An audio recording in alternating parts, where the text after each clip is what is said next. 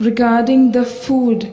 In the Old Testament, it was said that we do not eat pork, but the New Testament, Jesus said that all food are fit to be eaten. So the question arises there. बहन ने सवाल किया है कि old testament में लिखा है कि सूअर का गोश्त मत खाओ, लेकिन ईसा अलैहिस्सलाम ने न्यू टेस्टामेंट में कहा है कि सब खाना आप खा सकते। ये है बाइबल। जी, आज की वीडियो में हमारी बहन ने सवाल किया है कि अगर हमें सूअर का गोश्त खाना अलाउ किया गया है तो आप कौन होते हैं हमें मना करने वाले कि हम सूअर का गोश्त ना खाएं।